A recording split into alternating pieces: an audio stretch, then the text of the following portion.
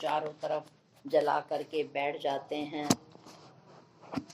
अब कुंभ के मेले में भी यदि आप देखते होंगे टीवी, तो अब टीवी में भी शायद कहते हैं कि दिखाया जाता है कि कोई चोटी को बांध करके ऊपर डंडे से सीधी गर्दन करके खड़ा है, तो कोई जो है भस्म रमा करके अनेक रूपों में जो हठ योगी हैं या नागा साधु हैं या जो भी हैं, जैसे जैसे उनके मठों की परंपराएं हैं, वो उसके अनुसार तपस्या करते हैं। पर यदि जब भी कोई ऐसा करने लगो, जैसे हमें भी कहा जाता है स्वाध्याय करो, ध्यान में बैठो, तो ये भी एक तरह का तप है। पर तप तब है जब हम मनोयोग और निष्ठा से करते हैं, और यदि केवल एक टाइम पास के लिए या एक सामान्य क्रिया समझकर करते हैं, तो वो तप की श्रेणी में नहीं आता। तप का अर्थ होता है अपने को तपाना। जैसे बाहर ज्ञानी लोग सूर्य की धूप में खड़े होते हैं और सारा सारा दिन खड़े होकर उस सूर्य अग्नि में तपते हैं, या रात के समय चारों तरफ अग्नि अपने तरफ प्रज्वलित कर लेते हैं और वहां बैठकर ध्यान लगाते हैं, तो वो भी एक तरह का तप करते हैं। परंतु यदि वो जब ऐसा करते हैं, तो उनके मन में यही भावना आनी चाहिए कि जो भी मैं कर रहा हूँ ये ईश्वर को समर्पित है, मेरा मोह पे कुछ नहीं, जो कुछ है सो तो तेरी शक्ति है, तो मैं ये कर सक रहा हूँ। हे प्रभु, यदि तू शक्ति ना देता तो मैं ऐसा कर ही नहीं सकता था। और अब आइए, ज्ञान क्षेत्र में अगर हम हैं और प्रभु से जुड़ना चाहते हैं, तो क्या नेति नेति करके बात करना है, ये भी मैं नहीं हूँ, आंख भी मैं नहीं हूँ, कान भी मैं नहीं हूँ, ये एक एक करके नेति नेति करके इसका बाध करना, इसके लिए परिश्रम करना, ये भी एक तरीके का तप है। विचार चंद्रोदय में जब बताया जाता था, तो पूज्य बीजी महाराज भी यही कहा करते थे कि देखिए, लिखने वाले नहीं थके हैं। एक एक इंद्रिय का उन्होंने देवता बताया, उन्होंने उनका तत्व बताया, किस तत्व से बनी है और वो क्या करती है। एक एक अंग का चतुष्ट अंतःकरण सहित, यानी चतुष्ट अंतःकरण मन, बुद्धि, चित्त, अहंकार, तो इन सब के भी देवता और तत्व बताए। तो एक एक को वो बार बार ये कह रहे हैं, मैं दृष्टा घट दृष्टा की न्यायी इनसे न्यारा हूँ। तो पूज्य विजय महाराज कहते थे, लिखने में तो बहुत देर लगती है, बोलने में इतना आधा समय भी नहीं लगता। अगर लिखने वाले नहीं थके, तो हम बोलने वाले अपने, वो तो हमारे कल्याण के लिए इतना तप कर रहे हैं, तो हम अपने कल्याण के लिए क्यों नहीं इस बात को दोहराते, क्यों नहीं इंद्रियों का दान देते कि तेरी वस्तु प्रभु तुझको अर्पण। और अब तप की बात हो रही है। आध्यात्मिक तप क्या है, ज्ञान तप क्या है? वो कहते हैं संयम सबसे बड़ा तप है। यदि जीवन में संयम नहीं है, तो हम कभी भी ज्ञान को प्राप्त नहीं कर सकते, अपनी मंजिल तक पहुंच भी नहीं सकते। एक कार, यदि उसको भी पहुंचना है अपने मंजिल तक, तो उसमें स्पीड ब्रेकर भी होता है, उसमें एक्सीलेटर पर भी पैर दबाते हैं कि हमने कितनी स्पीड देनी है, और स्टीयरिंग भी अपने हाथ में होता है कि इसको किस दिशा में हमें जाना है, और स्टीयरिंग को उस दिशा में हमें घुमाना है। तो एक गाड़ी चलाने वाले को स्टीयरिंग संभालने भी आनी चाहिए। फिर स्पीड, कौन सा स्थान भीड़ वाला है, कौन सा अकेला है, मुझे कितनी स्पीड से गाड़ी चलानी आनी चाहिए वो भी ध्यान रखता है। और तीसरा, उसका एक्सीलेटर पर भी पैर होता है कि कहीं गड्ढा आया या कुछ भी आया तो मुझे कैसे उसको वहीं ब्रेक दे देनी है। और यदि इनमें से किसी पर उसका, एक भी चीज पर उसका नियंत्रण अगर पूरा नहीं है तो एक्सीडेंट की पूरी संभावना होती है। तो हमारे जीवन में दुखद परिस्थितियां तो आती हैं, जीवन का वो एक पार्ट है। परिस्थितियां भी आती हैं और दुर्घटनाएं भी होती हैं, क्योंकि जीवन में बहुत सी चीजों का ये संगम है। पर ये सब होते हुए भी हम भटक ना जाएं, हम लटक ना जाएं, उसके लिए वो कहते हैं कि गुरु के ज्ञान के द्वारा हम अपने मन पर संयम करना सीखें। कहाँ मन को ढील देनी है, बहुत बार प्रसंगवश ये बात आई है। क्या यहाँ खाए बगैर, यहाँ जाए बगैर, यहाँ किए बगैर काम कर सक जरूरी है कि नहीं? बिना सोच विचारे जब हम चले जाते हैं तो वो ज्ञान होते हुए भी हम फेल हो जाते हैं। परंतु यदि हम अपने मन पर संयम रखते हैं, इसको ब्रेक, फालतू में रेस नहीं देते, इसको रेस का घोड़ा नहीं बनाते, जहां मर्जी खाया, जब मर्जी पहना, चल पड़ा, जहां मर्जी खड़ा हुआ, बातें करने लगा। मुझे इसे कितनी रेस देनी है, मुझे मोबाइल पर कितनी देर बात करनी है, अपना मैसेज देकर काम चलता है। ये सब प्रैक्टिकल बताया जा रहा है। केवल ज्ञान ही नहीं, ज्ञान तो करिए पर विवेक के का ज्ञान रखिए। और जब उसको कोई भी व्यवहार में, किसी भी क्रिया में हम लगे हों तो विवेक भी रखिए। मुझे कितनी रेस देनी है? क्या कभी फोन करते समय हम ध्यान रखते हैं कि मुझे कितनी देर और कैसे बात करनी है? अगर एक बार कान के साथ लगा लेते हैं ना, तो व्यर्थ की, आजकल घरों में जो सामंजस्य नहीं हो पा रहे, उनका सबसे बड़ा कारण है कि एक एक बात इधर से उधर की जाती है और गृहस्थियां बिगड़ जाती हैं। हम सब आसपास समाज में देख रहे हैं, पर पहले ऐसा नहीं था, क्योंकि ये छोटी छोटी बात बताने वाला मोबाइल और अनियंत्रित संस्कार विहीन मन नहीं थे। माएं बुजुर्ग संस्कार देते थे। तो इसलिए हम देख रहे हैं आज ये समाज दिशाहीन हो रहा है, क्योंकि मन पर किसी का कोई कंट्रोल नहीं है। तो बता रहे हैं कि अगर हमने तप करना है, ज्ञान तप क्या है? मन को संयम में रखना। और जब मन संयम में होगा, मन के अधीन है इंद्रियां, जब मन सोच नियंत्रित होगा, संयमी होगा, तो वो इन इंद्रियों को असंयमित होने ही नहीं देगा। तभी तो भगवान ने कहा, जहां जहां दौड़ जावे मन चंचल अस्थिर, वहां वहां जोड़ देना वश यों करें। तो वो कह रहे हैं ज्ञान यज्ञ है ये एक, इसमें क्या तप करना है? तप की बात बता रहे हैं कि इंद्रियों को तपाना है। किसमें? ज्ञान अग्नि में। कैसे तपाना है? यदि बुद्धि में ज्ञान होगा तो सबका बॉस है बुद्धि।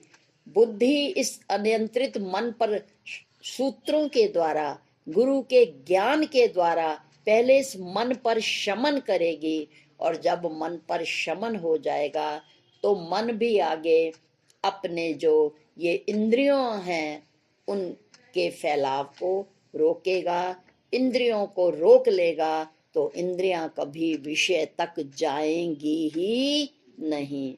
और जब इंद्रियां विषयों तक नहीं जाएंगी तो ये कुसंस्कार, बुरे विचार, अंदर बाहर का कूड़ा अंदर लेकर कभी आएंगी नहीं।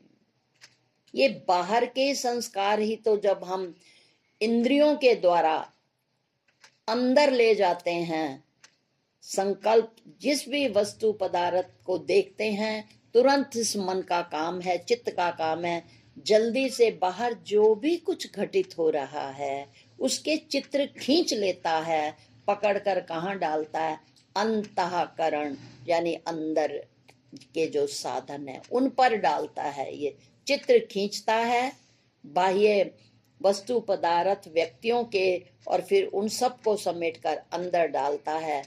तो बताइए 10 इंद्रियां हैं, 5 ज्ञान इंद्रियां, 5 कर्म इंद्रियां, विशेष ज्ञान इंद्रियां हैं।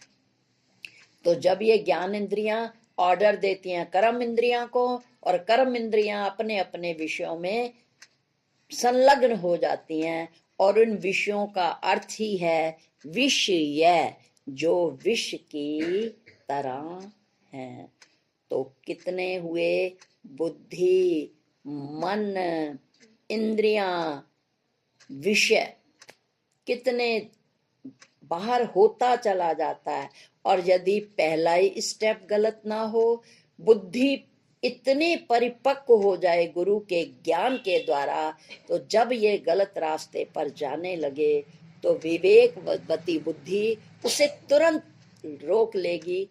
कहाँ जा रहा है तू ए जाने वाले, कहाँ जा रहा है तू ए जाने वाले, कर अपने को गुरु ज्ञान के हवाले, कहाँ जा रहा है तू है जाने वाला। तभी तो कहा मन की गति संभालिए तो हो गया भजन, आदत बुरी निकालिए तो हो गया भजन, मन की गति संभालिए। तो जैसी मति होगी वैसी मन की गति होगी, जैसी मन की गति होगी वैसी हमारी इंद्रियां संयम में रहेंगी। और जब इंद्रियां संयम में रहेंगी तो वो समय कुसमय विषयों की तरफ नहीं भागेंगी। तभी भगवान ने कहा युक्ताहार विहारी जो, युक्त ही कर्म आचरे, युक्त है जागना सोना। तो जो युक्ति युक्त ढंग से चलता है, पर कौन युक्ति युक्त ढंग से चलेगा? जो जिसकी बुद्धि युक्त मैंने भरी होगी, जुड़ी होगी संतों के, अपने गुरु के महावाक्यों से, जब ये मति जो है जुड़ी होगी तो फिर वो मन को, वो मति मन की गति को संभालेगी। और जब मन की गति सही होगी तो इंद्रियां भी जब सही मार्ग पर चलेंगी तो उस व्यक्ति की सद गति होगी। तो इसलिए भगवान कह रहे हैं कि यदि भक्त हो तो इस तरीके से चलो, और यदि ज्ञानी हो तो ज्ञान का कैसे ज्ञान यज्ञ करना है, कैसे इन इंद्रियों का दान देना है, ये मेरे ही नहीं है, ये देवताओं की हैं। और किस तरह तप, बाह्य तप अगर करना है, भक्ति मार्ग में हो तो भाव सहित करो, और ज्ञान मार्ग में हो तो अपने इंद्रियों को तपाओ ज्ञान अग्नि में। इसके लिए पहले गुरु के समीप जाओ, उनसे ज्ञान लो, जैसी मति वैसी गति। तो यदि भगवान कहते हैं कि मुझसे जुड़ना चाहते हो तो पहले सत्य मार्ग पर आओ, क्योंकि मेरा स्वरूप है सत्य चित्त आनंद। जब आप सदगति से, यानी आपकी चाल सत्य की तरफ होगी, तभी वो मेरी तरफ आएगा। पर इसके लिए समर्पण बहुत जरूरी है। समर्पण की थोड़े से अंशों का विश्लेषण करते हुए यहीं पर वाणी को विराम देंगे।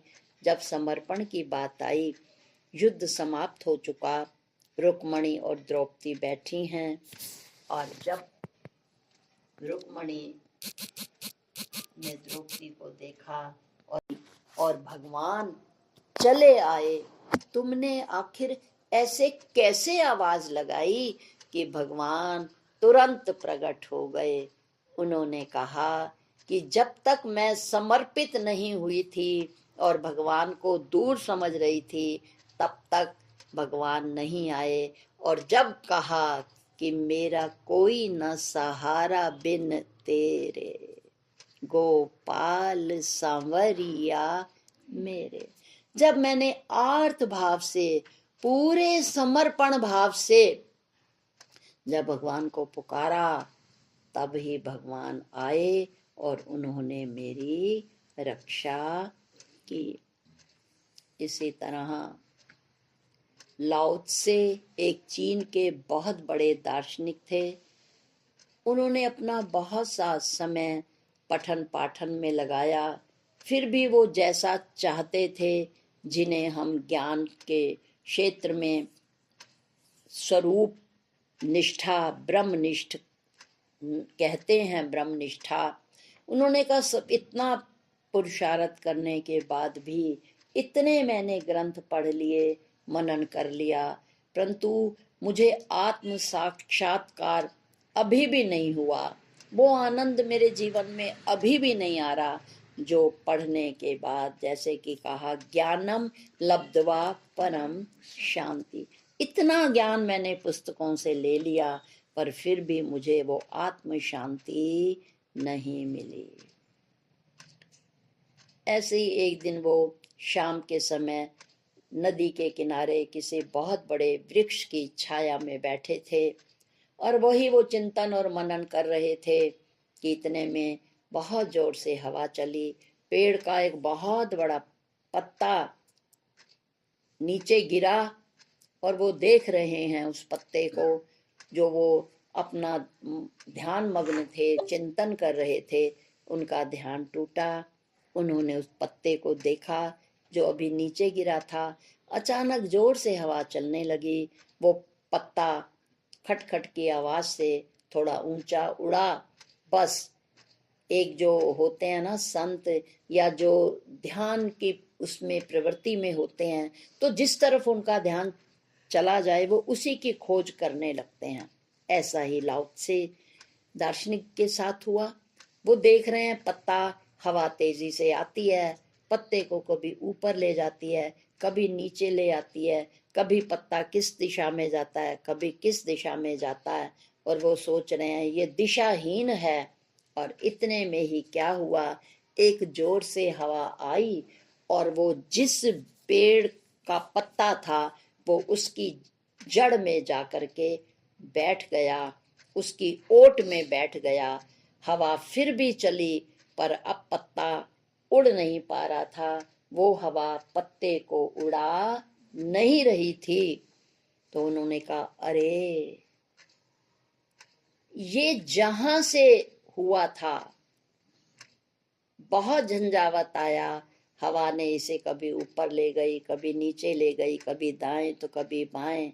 अंत में ये जो जड़ थी, अपना मूल था, उसमें आकर ये ठहर गया, रुक गया। अब इसका हवा भी कुछ नहीं कर सक रही। तो उसने कहा, ओ मैंने पुस्तकों की शरण तो ली, पर किसी ज्ञानी महापुरुष की ओट मैंने नहीं ली, इसलिए मेरे अंतःकरण की खोट नहीं निकली। यदि मैं भी किसी संत पुरुष के सच्चे हृदय से शरण में आ जाता तो आज मुझे भी किनारा मिल गया होता। और तभी उन्होंने फिर किसी संत की खोज का निश्चय किया कि कभी भी ये जड़ पुस्तकें दोहरा तो सकती हैं, गुरु के ज्ञान को दोहरा तो सकती हैं, पर गुरु की तरह ज्ञान नहीं दे सकती। वो हमें, हमारे खोट पुस्तक हमें दिशा निर्देश तो दे सकती है, पर हमें ना तो वो हम पर चोट करके हमारी खोट निकाल सकती है, और जब तक चोट नहीं होती तब तक खोट नहीं निकलता, और जब तक खोट नहीं निकलती गुरु ओट नहीं देते। तो इन्हीं शब्दों के साथ भगवान हमें समझाने की कोशिश कर रहे हैं कि किसी गुरु की शरण में सच्चे भावों को लेकर, श्रद्धा को लेकर आइए, उनकी ओट लीजिए, उनकी ओट में रह करके वो ज्ञान सीखिए। पर उससे पहले भगवान कहते हैं कि समर्पित भाव से ये सब जब तक आप नहीं करेंगे, चाहे वो ज्ञान का क्षेत्र हो चाहे भक्ति का, दोनों में ही भावों के समर्पण की जरूरत होती है। और जब हम भाव और समर्पण सहित कोई भी क्रिया करते हैं तो उसका परिणाम बहुत सुखद होता है, वही वो अपने आधार के साथ जोड़ता है। यही आज के श्लोक में भगवान हमें समझाने की कोशिश कर रहे हैं। ओम शांति शांति शांति।